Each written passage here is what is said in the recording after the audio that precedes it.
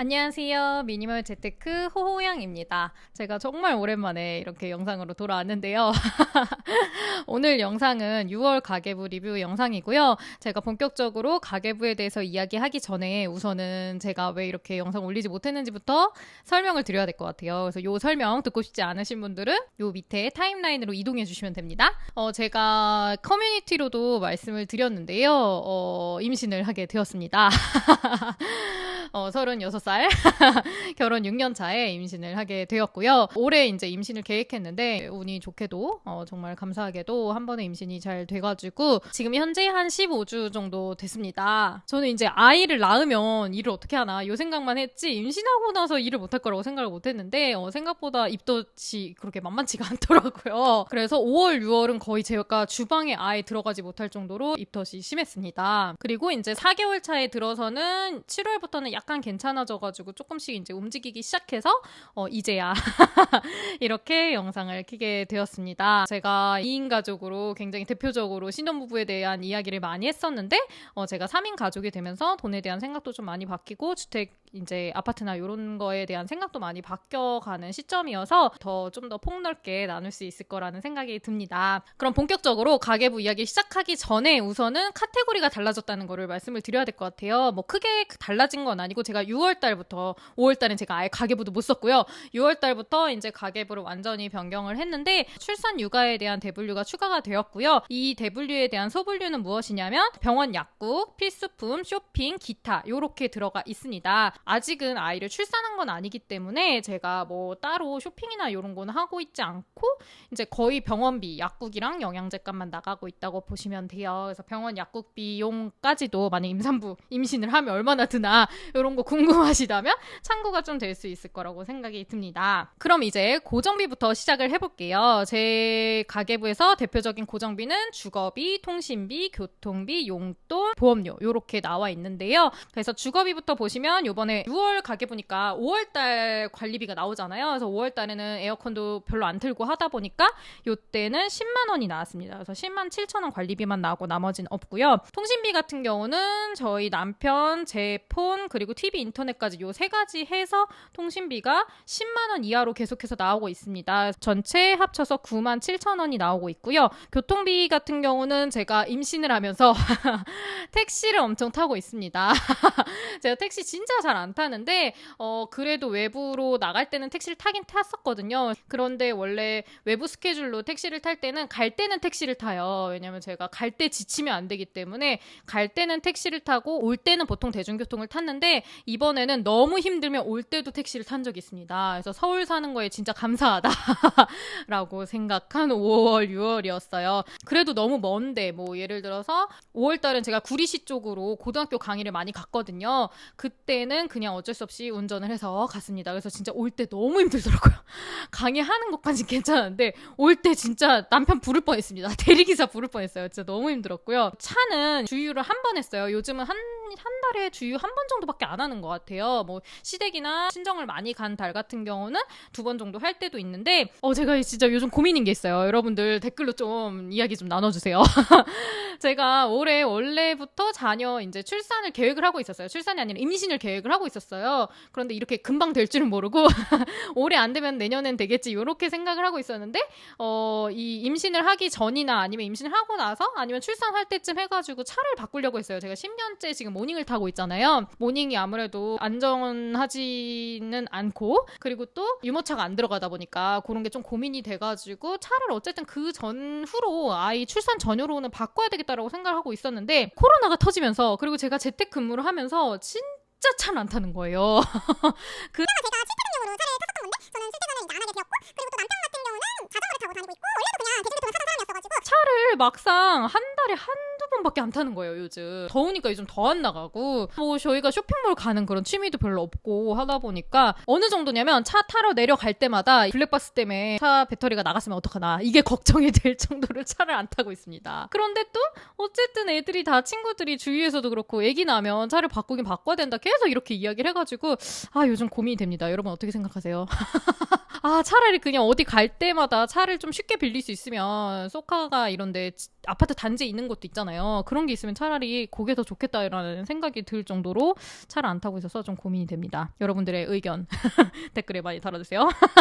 그 다음 용돈 같은 경우는 남편은 25만 원, 저는 20만 원을 사용을 하고 있고요. 그 다음에 보험료 같은 경우는 저희 남편 실비랑 안보험이 좀 섞여 있는 거 그게 7만 5천 원이 나가고 있고 제 보험은 없습니다. 늘 말씀드리지만 그리고 또 이 보험에 대해서 제가 보험은 선택입니다. 이 영상 올렸을 때 수많은 악플과 함께 여러 가지 질문이 많이 들렸었는데 그 중에서 하나가 태아보험은 드실 거세요? 이런 질문이 꽤 있었어요. 태아보험 같은 경우는 저는 이미 아이를 갖기 전부터 아이를 가지면 무조건 들려고 했습니다. 무조건 들어야지 라고 생각을 하고 있는 상태였는데 제가 유산 방지 주사를 맞았습니다. 유산 방지 주사를 맞게 되면은 태아보험을 들 수가 없어요. 그래서 들 수가 없는 상태가 됐다. 이렇게 생각을 해주시면 됩니다. 어쩔 수가 없죠.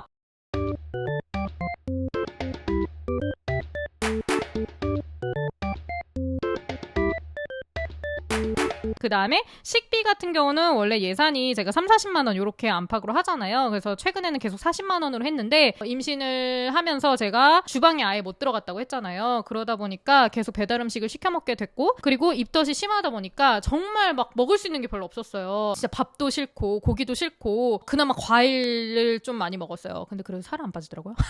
진짜 5월 달에는 거의 과일만 먹고 했거든요. 그래도 빵도 좀 먹긴 했는데 그나마 빵은 좀 냄새가 별로 안 나서 그런지 먹을 수 있긴 하더라고요. 진짜 먹는 게 거의 막 10분의 1 이렇게 줄었거든요. 그런데도 살이 안 빠지더라고요. 한 2-3kg밖에 안 빠졌어요. 아무튼 그래서 2월달에는 제가 아예 가계부도 안 썼다 그랬잖아요. 진짜 아무것도 신경 쓰고 싶지가 않더라고요. 진짜 정말 죽은 듯이 누워만 있었고 6월달에도 누워만 있었는데 병원에서 누워있는 거를 권했고 해서 누워 있었는데 식비 같은 경우는 가계부를 다시 쓰면서 스트레스 받지 않기 위해서 예산을 50만 원을 늘렸습니다. 그래서 왜냐면 먹을 수 있는 게 별로 없다 보니까 우선은 좀 땡긴다 그럼 다 배달을 시켰어요. 우선. 그래서 제가 배달 음식이 엄청 한 30 얼마가 나온 거예요. 배달 음식 비용이. 과거랑 비교를 해보려고 4월달 거랑 비교를 해보니까 이게 배달 횟수가 늘었다기보다는 한 번 시킬 때 제가 금액에 상관없이 무조건 땡기면 다 시켰거든요. 그래서 이렇게 배달비가 많이 나왔더라고요. 배달 음식 먹을 때 저는 웬만하면 2만 원 안팎으로 시키거든요. 그러니까 남편이랑 저랑 둘이 합쳐서 2만 원 안팎 이내의 음식을 무조건 시켜요. 막 외식은 좀 나가서 먹는 기분이 드니까 돈 비싸게 내도 그렇게 아깝지가 않은데 배달 음식을 막 3만 원 이상으로 시키려고 하면 항상 너무 좀 아깝더라고요. 그래서 3만 원 이상 되는 건 한 달에 한두 번 정도 시키고 대부분은 2만 원 이내로 해가지고 가성비 좋은 걸로만 배달을 시켰었거든요. 그런데 이번에는 조금이라도 땡기면 다 시켰습니다. 그래서 심지어 아웃백도 사 먹은 적이 있고요. 그 다음에 제가 생전 시켜 먹지도 않던 막 냉면 이런 거 그런 것도 막 시켜 먹고 했습니다. 그래서 좀 많이 나와가지고 36만 원대가 나왔네요. 장난 아니죠? 50만 원 예산 중에서 36만 원이 나왔고 그 다음 심지어 50만 원으로 쓰지도 못했습니다. 전체 식비가 60만 원이 나왔어요. 그러니까 거의 40만 원 안팎으로 쓰다가 60만 원이 나왔으니까 20-30%가 증가한 거예요. 되게 많이 아까웠어요. 왜냐면 배달 음식 시키면 반 이상 항상 버렸어요. 왜냐면 한 입만 먹고 못 먹겠는 거예요. 다 배달 시켜놓고 맨날 그나마 땡겨서 시켰는데 한 입 먹을 못 먹겠는 게 수십 개였어요. 그래도 특수한 상황이었으니까 어쩔 수 없다. 그냥 이렇게 생각하고 넘어가고 있습니다. 그 다음에 출산 육아 비용은 제가 병원 약국이 10만 원이 나왔습니다. 그런데 여러분 임신하시면 이렇게 10만 원이 무조건 나오는 게 아니에요. 그리고 제 영상을 신혼부부들이 굉장히 많이 보니까 임신을 준비하고 계신 분들이 많을 텐데 임신하면 국민행복카드 이렇게 해가지고 60만 원 지원금이 나오더라고요. 그래서 초반에는 지원금으로 다 해결을 할 수 있는 상태고요. 제가 이렇게 많이 나온 이유는 아까 잠깐 말씀을 드렸듯이 유산 방지 주사를 맞았습니다. 그게 5만 원대가 나왔어요. 그래서 요거 때문에 조금 많이 나온 편이고요. 평소에는 그냥 5천 원 정도 안팎으로 나온다라고 생각을 하시면 됩니다. 그리고 저는 진짜 매주 병원에 갔거든요. 왜냐면 매주 출혈이 있었어요. 그래서 병원에 갔는데 저처럼 이렇게 자주 가실 필요가 없고 원래는 초기에는 초기 중기까지는 2주에 한 번 가는 거예요. 그래서 한 4개월까지는 2주에 한 번 이렇게 가는 건데 그 이후에는 한 달에 한 번 이렇게 가는 건데 저 같은 경우는 특수한 상황이어서 일주일에 한 번씩 가고 약도 좀 많이 탔다라고 생각을 하시면 됩니다. 그 다음 필수품 같은 경우는 18만 원이 나왔는데요. 필수품에 대표적으로 제가 지금 생각나는 거는 이불보 그러니까 침대뽀를 갈았습니다. 침대뽀가 이제 6년이 된 거죠. 만 거의 6년, 5년 반이 된 거죠. 그랬더니 다 진짜 앞뒤로 다 찢어지더라고요.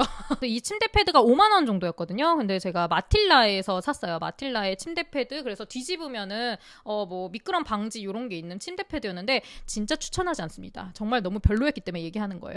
마틸라가 문제가 아니라 뒷면에 미끄럼 방지가 있는 거를 정말 추천하고 싶지 않더라고요. 그냥 오히려 양면이 다 천인 거는 밀리지가 않았거든요. 침대 위에 올렸을 때. 그런데 오히려 미끄럼 방지가 있는 걸 올리니까 더 밀리더라고요. 아주 그냥 겉돌더라고요, 침대에서. 그래서 계속 걔가 막 움직여요. 사람이 움직일 때마다. 굉장히 불편합니다. 그리고 또 필수품에 대표적으로 산 게 이제 아토베리어 크림인데요. 제가 오늘 고백의 날이니까 그냥 편하게 제가 유튜브를 하면서 굉장히 힘든 점이 있었는데 그게 뭐냐면 제가 아토피가 굉장히 심합니다. 요것도 이제 진짜 가계부 영상을 보시는 분들만 보시기 때문에 여기서 이야기를 하자면 전신 아토피가 굉장히 심한 편이어서 그래서 영상을 못 찍은 것도 있어요. 지금도 그런데 이게 멀리서 찍고 있어서 일부러 멀리 찍고 있는데 얼굴도 그렇고 약이나 이런 거를 이제 임신하면서 못 바르다 보니까 예전보다는 약을 덜 바르다 보니까 얼굴이나 이런 데가 굉장히 심해졌습니다. 그리고 건조한 것도 굉장히 심해졌어요. 임신하고 나서 진짜 건조함이 한 3, 4배 심한 것 같아요. 원래는 피지오겔을 10년 정도 계속 피지오겔만 바르다가 이번에 진짜 도저히 안 되겠다라는 생각이 들어서 바꿔봤어요. 그래서 아토베리어 이걸로 바꿨거든요. 이게 추천한 사람이 많아서 이걸로 바꿔봤는데 훨씬 낫더라고요. 그래서 이걸로 이제 아예 바꾸려고 하고 있어요. 이게 지금 3통을 샀나? 이랬는데 47,000원이 나온 걸 거예요. 이거 올리브영에서 사면 안 되는 거 아시죠? 이런 거 피지오겔이나 이런 크림은 올리브영에서 사면 30-40%가 무조건 비쌉니다. 그래서 얘 같은 경우도 제가 그냥 네이버 페이에서 저렴한 거 찾아가지고 샀는데 거의 반값에 이게 28,000원인가 그렇거든요. 올리브영에서는. 그런데 네이버 페이에 있는 걸로 싼 걸로 사면 14,000원에서 15,000원 이 정도 가격이었던 것 같아요. 그래서 이렇게 해서 산 게 있고요. 그 다음에 또 뭘 샀냐면 비타민 D 영양제니까 필수품으로 넣었고요. 그 다음에 쇼핑 서비스를 보면 쇼핑은 요번에 제가 여름이 이제 오면서 옷을 좀 많이 샀습니다. 원피스도 샀고 뭐 요것도 샀고 뭐 이것저것 샀어요. 그러다 보니까 요게 좀 많이 나왔습니다. 한 20만 원 정도? 20만 원 정도 나온 옷을 샀네요. 근데 여기서 지금 지그재그에서 산 거는 뭐 하나가 환불이 됐어요. 근데 그건 7월 달에 환불이 돼가지고 그거 환불이 되면은 한 18만 원? 요 정도 썼나요? 그렇게 썼다고 보시면 됩니다. 그 다음은 제가 6월 달까지는 정말 거의 누워만 있었기 때문에 자기 개발로 쓴 비용이 없습니다. 그래서 자기 개발은 아예 없고 그다음에 경조사도 이달에 없었어요. 6월 달에. 그래서 경조사비가 없고 자기 개발 안 쓰고 경조사 안 쓴 걸 뭐가 다 해먹었다? 식비가 해먹었다. 그래서 전체 예산은 딱 200만 원이었는데 쓴 비용은 197만 원 이렇게 썼네요. 제가 항상 최대 적어도 200만 원 이하로 쓰자 이런 목표가 있거든요. 아무리 뭐 좀 여기저기서 좀 오버해도 적어도 월에 200만 원 이하를 쓰자라는 목표가 있는데 그 목표는 신경 못 쓴 거에 비해서는 잘 달성했다고 생각이 듭니다. 제가 그리고 이제 신사임당님 채널도 막 가고 막 여기저기 채널 이제 인터뷰를 가는 중에 갑자기 임신을 해가지고 갑자기 활동을 좀 못하게 되었어요. 그래서 그때 막 이제 엄청 막 강의랑 뭐 가계부 코칭 이런 문의가 엄청 왔었거든요. 근데 그거를 제가 몸이 안 좋다 보니까 잘 이어나가지 못한 부분이 있어요. 그래서 여러분들이 만약에 제 강의를 좀 듣고 싶다라고 하시는 분들은 제가 9월부터 문화센터 강의를 좀 많이 나갑니다. 그래서 제 강의를 기다리시는 분들은 저렴하게 문화센터 강의로 만나보실 수 있을 것 같고요. 그리고 정말 생각보다 많은 분들이 문의해주신 가계부 코칭 같은 경우는 제가 다음 달 말에 모집을 준비하고 있습니다. 그래서 8월 달 말쯤에 이제 20일 안팎으로 인스타그램으로만 모집을 할 예정이에요. 그래서 궁금하신 분들은 인스타그램 들어오시면 소식을 빠르게 접하실 수 있을 것 같습니다. 오늘 제가 준비한 영상은 여기까지고요. 오늘 영상도 도움이 되셨다면 아래에 좋아요, 구독하기, 알림까지 부탁드립니다. 다음 영상에서 또 뵙겠습니다. 안녕!